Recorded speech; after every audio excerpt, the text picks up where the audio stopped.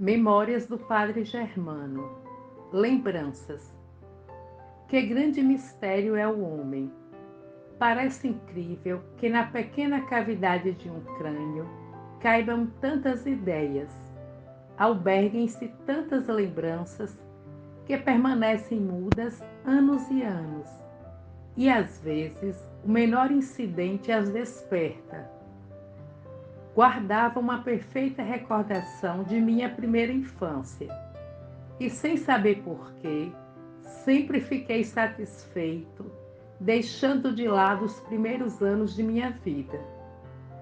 E, neste manuscrito, única herança que deixarei à posteridade, registrei que ignorava quem foi minha mãe, porque minha piedade filial não a queria reconhecer na pobre mulher que eu recordava perfeitamente.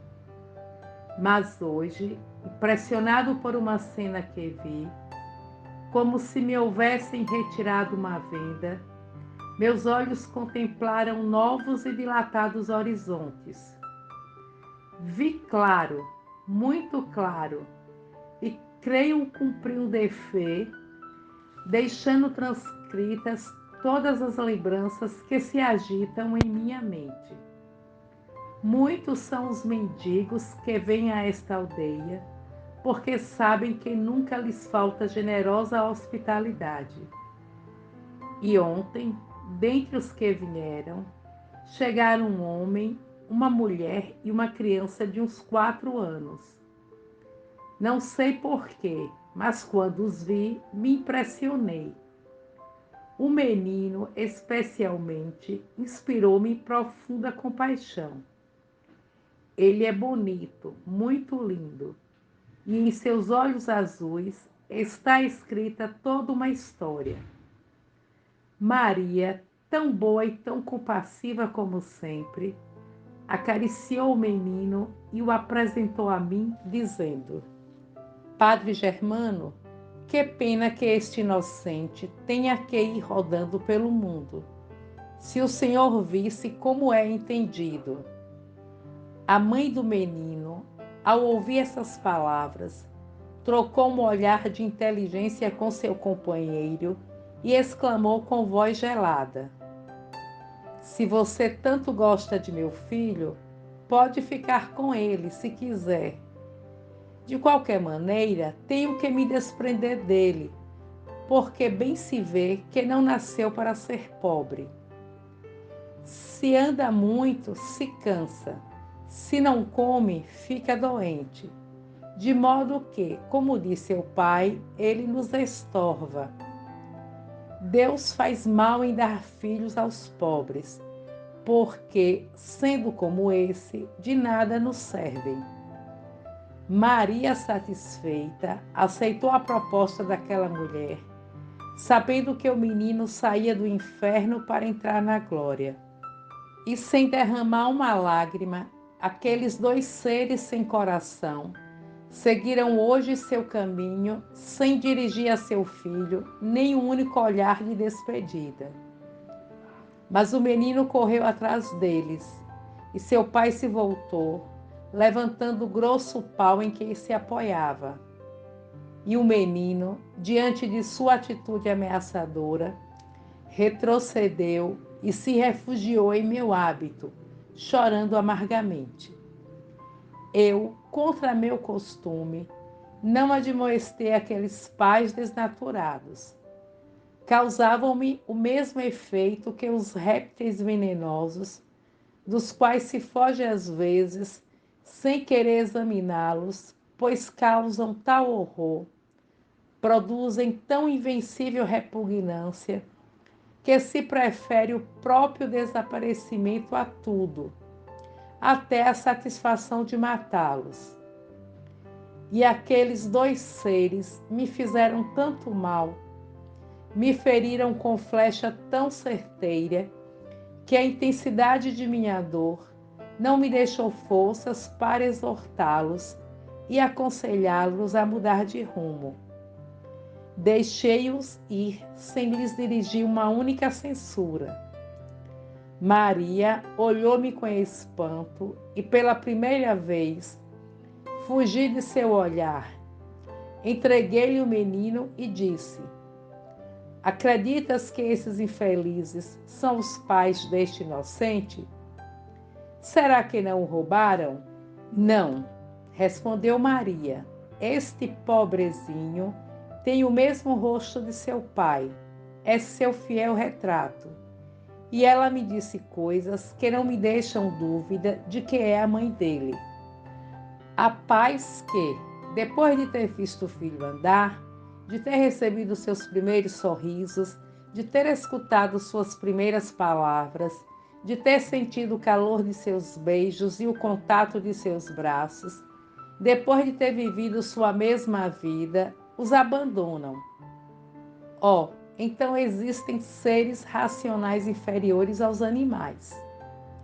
Afastar uma criança de si, no momento que sai do claustro maternal, é cruel, mas é uma crueldade mais refinada depois de tê-lo visto sorrir.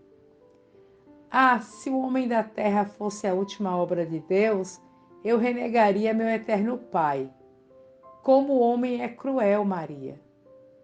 E com medo de delatar meu segredo, afastei-me da nobre jovem e do inocente órfão, pretextando uma ocupação urgente, e me tranquei em meu quarto porque precisava ficar sozinho. Sozinho com meu ontem perdido, sozinho com minhas lembranças, sozinho com minha dor. Tudo me foi negado na vida, tudo. Fui tão pobre que não possuí nem o carinho de minha mãe, apesar de que ela deve ter ouvido minhas primeiras palavras e deve ter visto meus primeiros passos. Eu me envergonho de mim mesmo. Até os criminosos costumam ter uma mãe que eu chora quando sobem ao pátio, e se eu houvesse subido, minha mãe não teria me chorado. Mas para que continuar escrevendo? Mais vale emudecer. Sou tão velho que já ninguém se lembra de minha infância, e meu segredo morrerá comigo. Mas não, eu vim à Terra a ensinar a pura verdade. Eu vim mostrar que os homens ainda tardarão alguns séculos para compreender que cada ser engrandece por si mesmo. Não somos salvos pela graça. Não. Jesus Cristo não veio nos salvar. Veio apenas para nos recordar nosso dever. Morreu para imortalizar sua recordação, para deixar gravadas na mente da humanidade as sentenças de seu evangelho. E tal foi a magia de sua doutrina que as gerações que o seguiram o aclamaram como primogênito de Deus.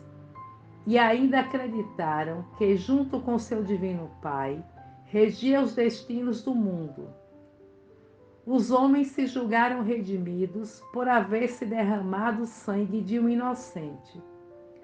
Ah, se pelo derramamento de sangue vertido injustamente se salvasse a humanidade, os terrestres poderiam ter certeza de habitar o paraíso, porque a justiça humana é cega. Mas não, ninguém se salva pelo sacrifício do outro. Cada um tem que comprar sua alforria, pagando em boa moeda, na moeda das boas obras, dos grandes sacrifícios, esquecendo as ofensas e amparando o fraco. Cada um cria seu patrimônio, e por ínfima que seja a classe do homem, quando ele quer engrandecer, chega a ser grande, muito grande, quando se compara com seu nascimento e usa todas as forças de que pôde dispor. Tenho a prova em mim, Senhor. Em mim vi resplandecer sua misericórdia. Quem menor que eu? Quem mais desprezado? Porém os monarcas da terra escutaram meu conselho, e os sumos pontífices disseram que tenho pacto com Satanás, porque descobri todas as suas tramas, e mais de uma vez desbaratei seus iníquos planos.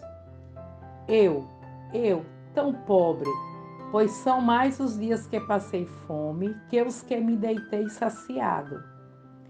Querer é poder. A vida, a grandeza da vida não é um mito. O que se necessita é vontade. Eu tive essa vontade, por isso vivi livre. Por isso me tornei superior a todas as contrariedades que me acossaram. E agora, dominando certo rubor, quero dizer quem sou a essa humanidade que amanhã lerá estas páginas. Quero fazer os homens verem que uma alma forte não se abate pela ingratidão, nem se vende por preço nenhum.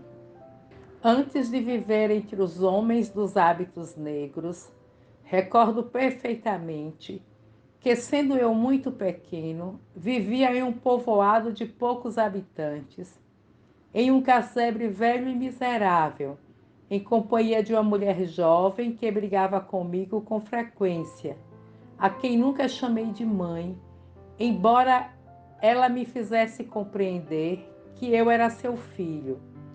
Mas eu não estava contente com seu proceder. Certa noite, entrou um homem em nossa casa, gritando e batendo nos poucos móveis que havia. Minha mãe me apresentou a ele, dizendo que abraçasse meu pai, mas eu resisti a isso e ele, por sua vez, afastou-me com um gesto brusco. Ficou conosco até o dia seguinte, quando partiu. Pouco tempo depois, voltou e conversou muito e acaloradamente com minha mãe e, por último, me chamou. Olha, os filhos dos pobres têm que ganhar o pão. Já completaste 5 anos, de modo que vai ganhar a vida. E ele mesmo me empurrou até que saí à rua. Minha mãe quis impedi-lo, mas ele a afastou com violência, fechando a porta com estrondo. E aquele ruído me impressionou mais que a ação vil de meu pai. Por mais que me pareça possível, à tenra idade de 5 anos eu já pensava e refletia. E olhava com pena para a mulher que me levou em seu seio quando a vi embriagada, o que acontecia com frequência. Então, ao me ver fora daquele casebre preto e sombrio, onde nunca havia recebido uma carícia, mas, ao contrário, maus tratos, especialmente em palavras, não senti dor alguma. Afastei-me tranquilo e fui para meu lugar favorito, à beira do mar, onde passava longas horas. Naquele dia, olhei o oceano que estava calmo. Senti uma sensação desconhecida, mas agradável. Era como se examinasse meus domínios e minha contemplação deve ter me deixado satisfeito, porque lembro que me sentei na praia e me entreguei à minha ocupação favorita, que era fazer pirâmides de areia.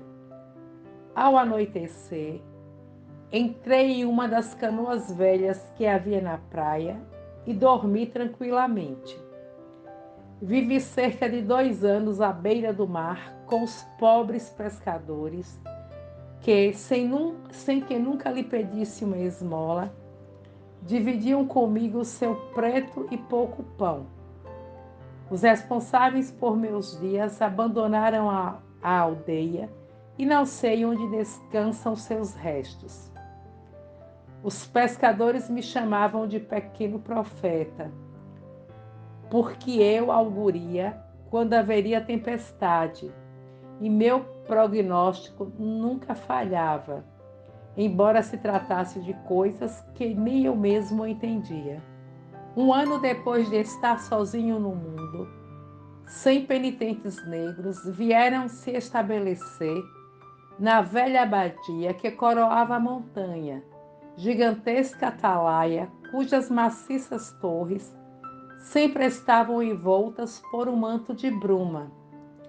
Algumas vezes, os pescadores me mandavam ao mosteiro com os peixes que mais agradavam à comunidade, e sempre que eu entrava naquela mansão sombria, Senti uma espécie de repulsa. Quando saía, corria como se alguém me perseguisse. E isso que os pais de meu fiel sultão, que eram dois lindos cães de terra nova, me acariciavam ao entrar e ao sair. Mas, apesar de tão poderoso chamado, minha aversão aos homens negros podia mais e eu fugia deles. Mas um dia, nunca esquecerei, errei o caminho, confundi o corredor e entrei em um grande salão cercado de estantes, onde havia muitos livros, muitos feixes de amarelados pergaminhos e rolos de papiro. Dois monges estavam lendo e eu, ao vê-los ler, como se aquilo fosse para mim uma verdadeira revelação, aproximei-me do mais velho, toquei seu ombro e, sem medo algum, disse: Eu quero ler como vós ledes. Quereis me ensinar? Eu logo aprenderei. O ancião olhou para mim e seu companheiro lhe disse: Este é um menino abandonado pelos pais, de quem já vos falei mais de uma vez. Não há abandonados no mundo, porque a religião é a mãe de todos, replicou o ancião. Menino, acrescentou, olhando-me fixamente, Deus te guiou, sem dúvida, fazendo-te chegar a mim. A Madre Igreja te acolhe em seu seio. A partir de hoje, viverás na abadia. Deixai que me despeça de meus benfeitores, disse eu. Logo irás, respondeu ele. E a partir daquele momento, deixei de fazer minha vontade. Meus mestres ficaram satisfeitos comigo, embora nunca tenham demonstrado. Jamais me acariciaram nem me castigaram. Minha vida era triste, muito triste, de uma monotonia insuportável. Eu sentia um frio na alma que me matava e só recuperava o alento quando Leon e Zoa apoiavam sua inteligente cabeça em meus joelhos. Nobres animais, eles eram os únicos que me acariciavam e que demonstravam alegria ao me ver. Os outros moradores do convento jamais me dirigiram uma palavra carinhosa. Mais de uma vez recordei os pobres pescadores que, em sua rudeza, amavam-me e me ouviam como a um oráculo. Mas eu tinha sede de ciência. Eu queria ser um grande sábio e, em minha juventude, o homem só tinha dois caminhos para engrandecer: o campo de batalha ou a religião. As artes estavam mortas. Virão tempos melhores, nos quais o homem poderá escolher à vontade. Mas, na época, o saber estava nos conventos, e eu queria ser sábio a todo custo. De modo que devorei em silêncio minha solitária infância e minha austera juventude. Todo o meu afã era ler, ler sempre, e decorei todos os livros que havia na biblioteca do convento. E ainda fiz a avaliação crítica de todos eles. E aos 16 anos, pronunciei um discurso refutando todos os silogismos teológicos, o que me valeu uma duríssima reprimenda de meus superiores e a ameaça de horríveis castigos se me rebelasse contra a Madre Igreja que havia me acolhido em seu seio quando eu não tinha mais que o pão da caridade. No ano seguinte, por normas do ensino, tive que pronunciar um novo discurso que me valeu um ano de clausura, 6 semanas a pão e água e privação temporária de subir à cátedra sagrada. Poucos dias antes de celebrar pela primeira vez o sacrifício da missa, o ancião a quem eu havia pedido, quando menino, que me ensinasse a ler, chamou-me à sua cela e me disse: Germano, eu te quero muito bem, embora nunca tenha demonstrado, porque a estreiteza e a austeridade da ordem a que pertencemos não permitem expansões ao coração e temos que sufocar todos os sentimentos. E isso é o que quero que faças. Tu és uma alma nobre e generosa, perdida pelas dores da juventude. Lembra que se não refreares teu caráter, poucas auroras brilharão sobre ti. Porém, se servires a igreja que te serviu de mãe, não esqueças que está reservada para ti a cadeira de São Pedro. Não te proclames livre, porque serás uma folha seca no mundo. E, submissa às prescrições da igreja, todos os soberanos da terra se prostrarão diante de ti. Eu serei fiel à igreja, sem trair meus sentimentos. Tenha em conta que, agindo desse modo, tua vida será o caminho do Calvário e estéril teu sacrifício.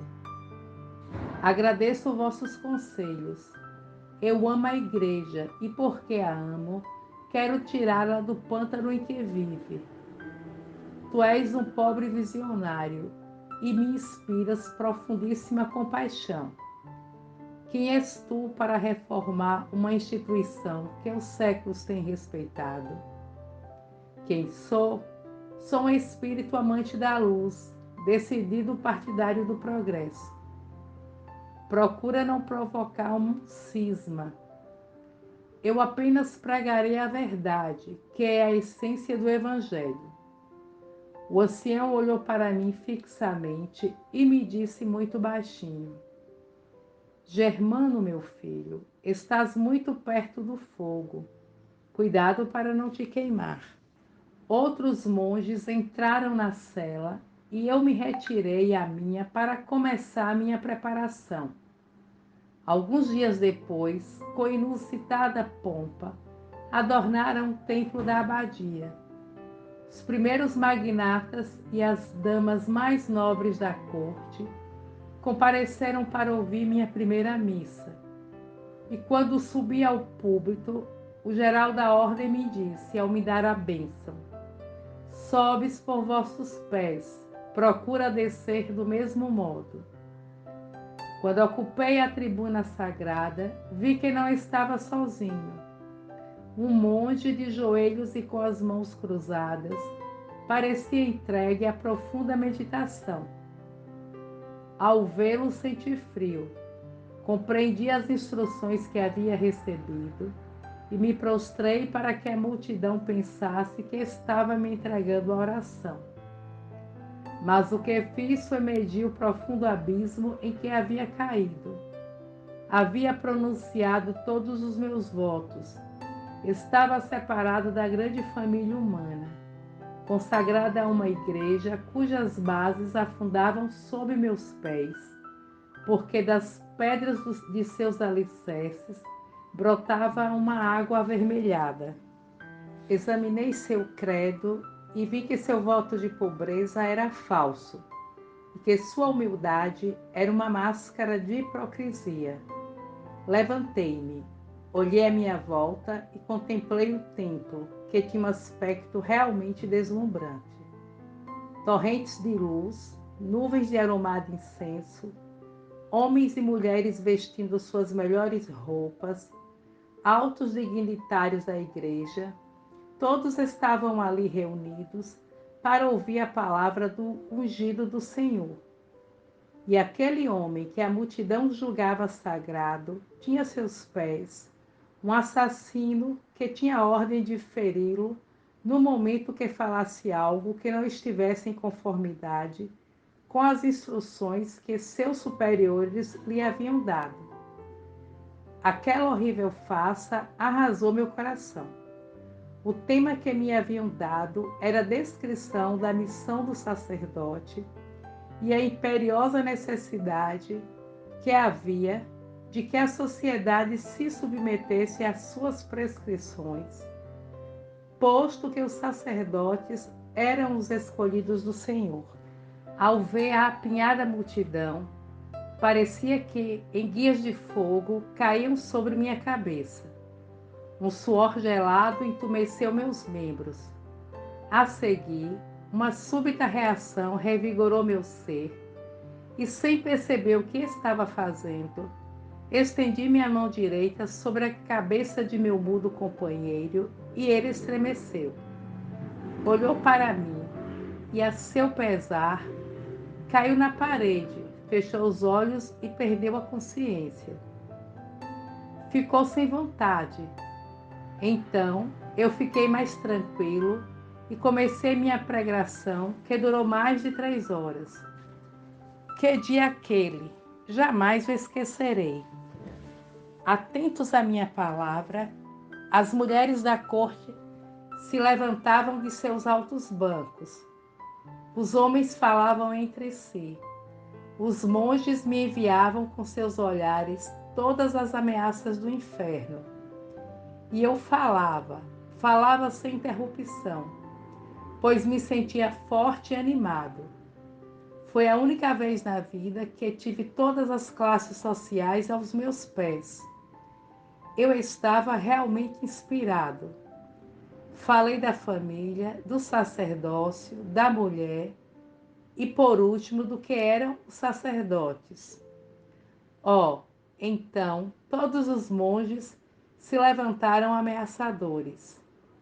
Mas eu olhei para eles, estendi minhas mãos, que pareciam de fogo, porque das pontas de meus dedos saíam centelhas luminosas, e exclamei com voz tonitruante: Humanidade, estais no erro. Credes que os sacerdotes são homens diferentes dos outros, que estão iluminados pela graça do Senhor. E tal graça não existe, nem tal predestinação. Um sacerdote é um homem como outro qualquer, e às vezes com mais vícios que os demais. Sabeis quem sou? Sabeis a quem estáis escutando? Conheço a fábula que circula sobre mim. Sei que dizem que dormi em régio leito e que a revelação do Espírito Santo caiu sobre minha cabeça e abandonei meu lar opulento para vestir o hábito do penitente. Julgai-me um escolhido, e eu quero que saibas toda a verdade, toda a verdade. Fui um mendigo, fui um deserdado, que aos 5 anos se viu sozinho no mundo e durante 2 anos vivi da caridade. Depois vi livros, vi homens que os liam e quis ser sábio. Por isso entrei na igreja sedento de sabedoria, não de santidade. Porque a santidade não existe. A santidade é um mito do modo que vós a compreendeis. O homem sempre sentirá as tentações da carne, porque de carne é seu corpo. Por mais que macere e destroce seu organismo, sempre lhe restará uma fibra sensível, a qual cederão, em dado momento, todos os seus propósitos de emenda. E não acuseis, não recrimineis. A natureza tem suas leis imutáveis, e opor-se ao seu cumprimento é opor-se à marcha regular da vida. E a vida é um rio que desaguará sempre nos mares da eternidade. O corpo sacerdotal, do modo como se encontra constituído, nem faz feliz a si mesmo, nem lavra a bem-aventurança daqueles que tudo esperam dos santos conselhos do sacerdote, porque ele vive fora da lei natural, mas acima de todas as leis dos homens está a lei da vida. Contemplai todas as espécies. Que fazem? Unem-se, completam-se um nos braços do outro, recebem o pólen fecundante que a natureza oferece. E o sacerdote, o que faz enquanto isso? Trunca com os silícios e suas aberrações a lei inviolável, ou suscita escândalos, cedendo aos apelos da mais desenfreada concupiscência. Para que pronunciar votos que não se podem cumprir, senão à custa de duros sacrifícios? Porque o sacerdote não pode formar uma família dentro das leis morais? Ah, igreja, igreja, tu queres ser a senhora do mundo e te cercas de escravos. Tu não podes ser a esposa de Jesus Cristo, porque Jesus Cristo amava a liberdade e tu queres a escravidão. Porque todos os teus vivem oprimidos, uns pelas escandalosas violações de seus votos, outros por entregar-se à nulidade, aqueles por serem dóceis instrumentos de bastardas ambições. Nenhum de vós vive livre gozando dessa liberdade, dessa mansa calma propiciada por uma vida simples, dentro do estrito cumprimento do dever. Em ti tudo é violento. Dominas, mas dominas pela força. És dona de todos os segredos, mas de que maneira? Penetrando cautelosamente o lar doméstico, surpreendendo com vossas perguntas a menina crédula, a jovem confiante, a idosa frágil. Ah, eu sonho com outro sacerdócio. Eu serei sacerdote, sim, mas não perguntarei a ninguém seus segredos. Eu amo a igreja que me estendeu seus braços, e por haver me educado, serei fiel a seu credo, por mais que seja absurdo em muitos conceitos, pelas adições e emendas que os homens lhe fizeram. Eu mostrarei que a religião é necessária à vida, como o ar que respiramos, mas uma religião lógica, sem mistérios nem horríveis sacrifícios. Eu serei um dos enviados da religião nova, porque não duvideis, nossa igreja cairá. Cairá sob o imenso pesar de seus vícios. Vedes essas criancinhas que agora dormem nos braços de suas mães? Pois esses espíritos trazem em si o germe divino da liberdade da consciência. Eu serei sacerdote dessa geração que agora começa a sorrir. Sim, nada quero de vossas pompas. Ficai com vossas mitras e vossas tiaras, vossos báculos de ouro, vossos capelos e vossos mantos púrpura. Eu pregarei o evangelho entre os humildes do coração. Prefiro sentar-me em uma pedra a ocupar a cadeira que atribuís a São Pedro. E já que meu destino me negou uma família, já que me filiei a uma escola que nega a seus adeptos o prazer de se unir a outro ser pelo laço do matrimônio, já que, se hei de viver honrado, hei de viver sozinho, como quero ter minha consciência muito tranquila.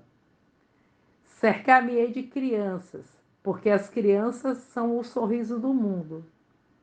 Eu sempre direi como disse Jesus: vinde a mim as criancinhas, pois são as limpas de coração.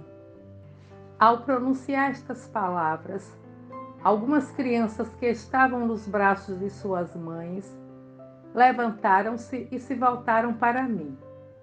Mas o que mais atraiu minha atenção foi uma menina de uns 3 anos que repousava nos braços de uma dama da nobreza, que se levantou e me estendeu seus pequenos braços. Eu emudeci por alguns momentos, fascinado com os gestos da menina, que fazia esforços para vir a mim. Falava com sua mãe, gesticulava, apontava para o lugar onde eu estava, e naquele instante esqueci tudo. Em meio àquela compacta multidão, eu só via uma mulher e uma menina. Que mistérios guarda a vida! Aquela mesma menina foi a que 10 anos depois me perguntou antes de se aproximar pela primeira vez da mesa do Senhor: Padre, amar é ruim? Aquela terna criatura que, em sua inocência, queria atender ao meu chamado, foi a que 10 anos depois se prostrou diante de meu confessionário, e o perfume dos brancos jasmins que coroavam sua fronte transtornou por um momento minha razão. Aquele anjo que me estendia seus braços era a menina pálida, a dos cachos negros, em cujo coração, desde pequenina, minha voz encontrou mais doce eco. Quão longe estava eu então de pensar que o túmulo daquela menina haveria de ser meu santuário. Ao ver que as crianças respondiam ao meu chamado, senti um prazer inexplicável e prossegui dizendo: Vedes, vedes como as criancinhas já ouvem minha voz? É porque pressentem que eu serei para elas um enviado de paz. Sim, as crianças, os puros de coração, serão os amados de minha alma. Para eles será o mundo do amor que meu espírito guarda. Religião, religião do crucificado, religião de todos os tempos. Tu és verdade quando não te enclausuram nos mosteiros nem nas igrejas pequenas. E falei tanto, tanto, e com tão íntimo sentimento, que dominei por completo o meu auditório, e até os penitentes negros pararam de me olhar com ira. Quando parei de falar, a multidão tomou de assalto a escada do púlpito e me aplaudiu frenética, delirante. Aclamaram-me como enviado do Eterno, porque a voz da verdade sempre encontra eco no coração do homem. E quem era eu? Um pobre ser abandonado por seus próprios pais. Quem mais pobre que eu? Mas em minha extrema pobreza sempre fui rico, muito rico, porque nunca o remorso me torturou. Nunca a lembrança de uma má ação cobriu minha face de rubor. Sempre olhei dentro de mim mesmo e vi que não era culpado. Obrigado, Senhor. Meus pais terrenos me abandonaram, mas não existem órfãos, porque tu nunca abandonas teus filhos. Eles é que esquecem de ti e vivem na orfandade de seus desacertos. Pobre menino, tu trouxeste à minha memória as lembranças de meus primeiros anos. Tu me fizeste consignar neste manuscritos os acontecimentos que durante muitos anos tentei afastar de minha mente. E hoje, ao contemplar-te, ao ver que outro ser entrava, como eu, na vida, pela senda do infortúnio, eu me senti mais forte e disse: eu não fui o único amaldiçoado por seus pais. Este menino é lindo, o amor irradia de seus olhos, e de sua fronte a inteligência, e também a ele foi negado o amor maternal. Já não fui sozinho. Então, por que esconder esses primeiros episódios de minha vida, se encerram um útil ensinamento? Pois neles fica provado que o homem é grande só por si mesmo. Eu pude me sentar no mais importante assento do mundo, e aos 5 anos me encontrei sozinho na terra, e sozinho do modo mais triste, pela ingratidão daqueles que me deram o ser. Mas, em meu abandono, ao pensar, soube que havia em mim uma centelha da divindade.